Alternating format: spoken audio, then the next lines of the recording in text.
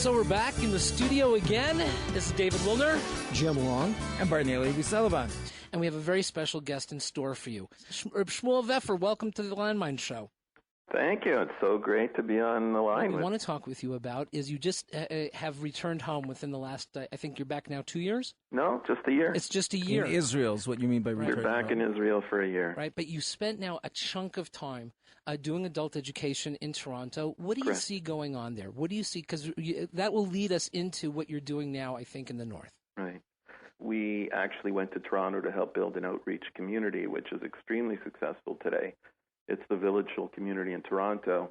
And the idea was to create a paradigm, a kind of a community that would be self-sustaining and attracting people and bringing them closer to Judaism. Mm-hmm. We did that from 1998 until about 2006. It was an amazing experience, but we also had a chance to get to know North American Jewry as well, not just in Toronto. And my feeling is that I don't want to be negative, Mm-hmm. but we're basically in a transition period, and there really, I personally don't see that much future for the Jewish community in the diaspora.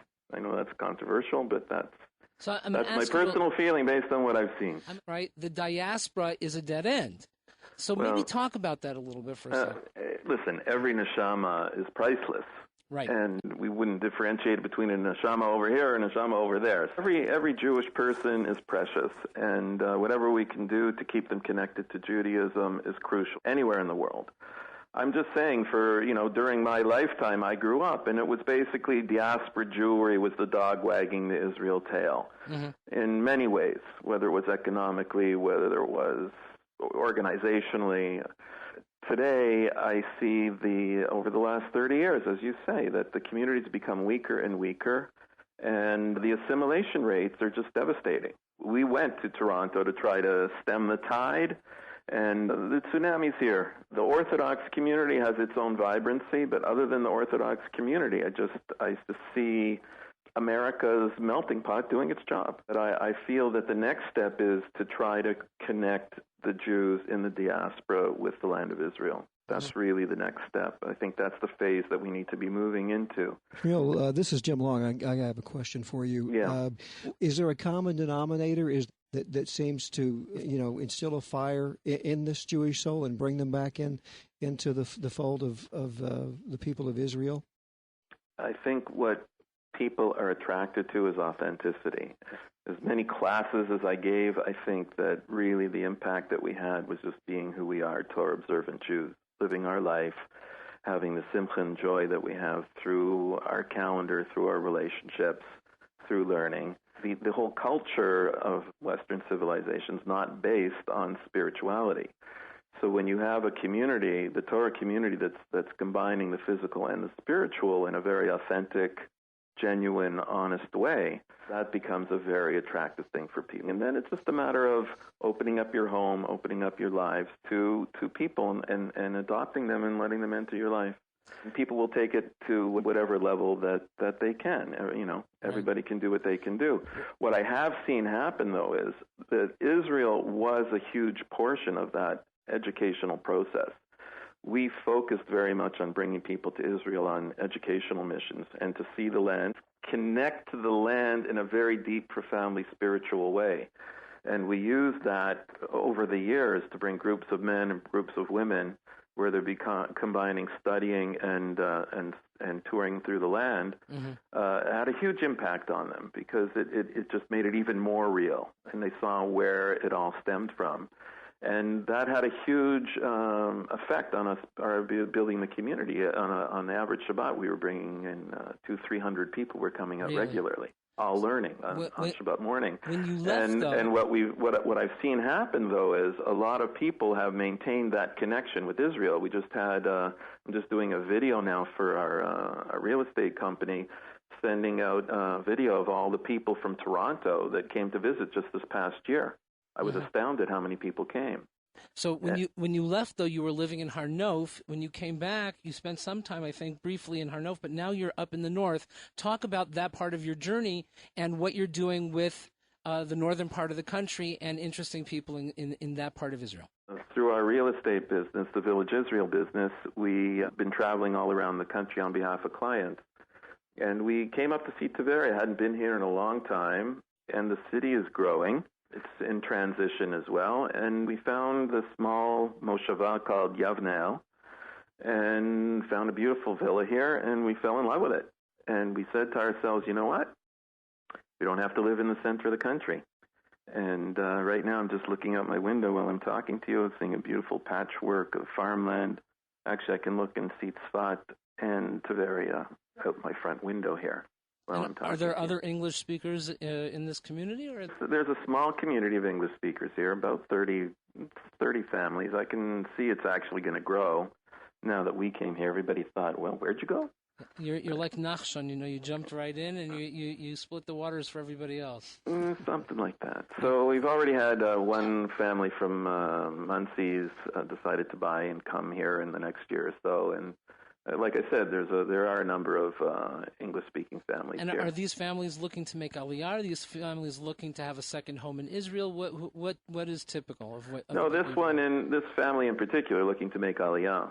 Mm-hmm. But in terms of why I decided to get into real estate, and we also have Zimmers here as well, it has to do with the mitzvah of Yishuv Eretz Yisrael, and I think that we really have to connect. The commandment to settle the land of Israel. And Zimmer means a bed and breakfast or a cottage. We're translating. Correct. Sam. Sorry, guys. No, on the fly. That's okay. I've been here a year, so I'm no, we are actually English. Doing closed captioning, but it doesn't come through well on the radio.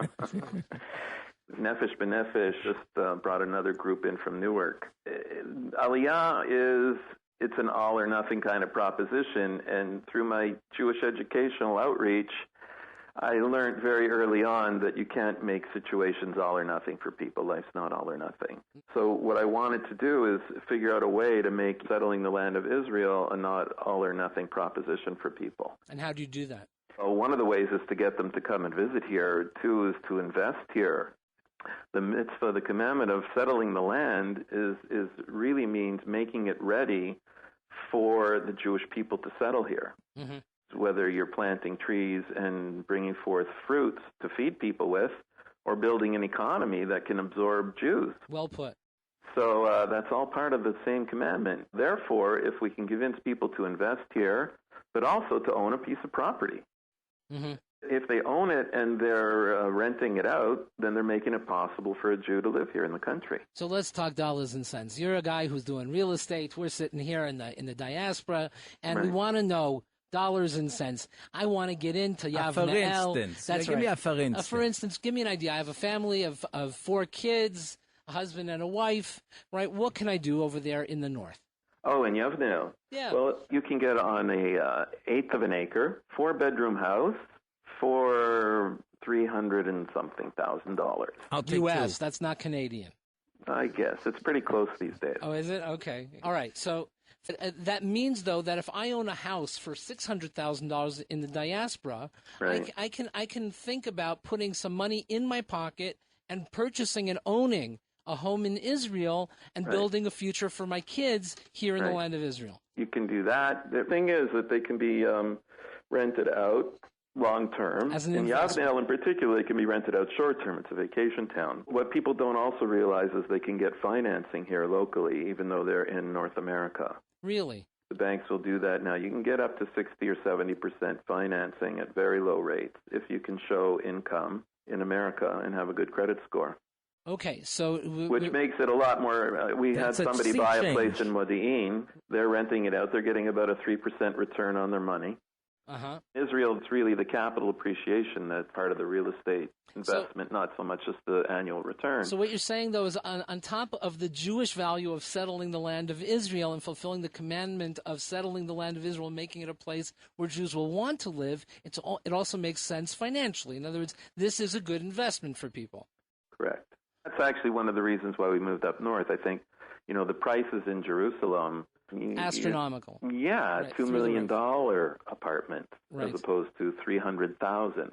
That's why we've actually moved here. Part of the decision, I believe it's a very good investment in the north. As the demographics change in the country, and more of the religious population is moving north and south, they're the places to be investing today. Okay, so if people want to find out more about the real estate, they want to find out more about what you're doing or the Zimmers, where can they look online?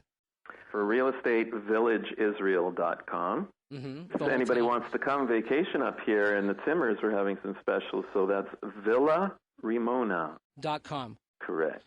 Okay. Just note, our listeners, this is the man who made Kosher Lamp. If you have one of those, right. This was his bright idea and other products, and that worked well, and he's back. So you can trust him when he says, I think this will work. He has a track record. Rabbi Shmuel Veffer, thank you so much for joining us today on the LandMinds Show. We want to wish you a Shana Tova, a Happy New Year, and we'll have to have you back again, and we'll have to do something from up north. Okay, thank you. Thanks. You'll come up visit. Shana Tova. Shana Tova. Thank you for listening to the LandMinds Show on Israel National Radio.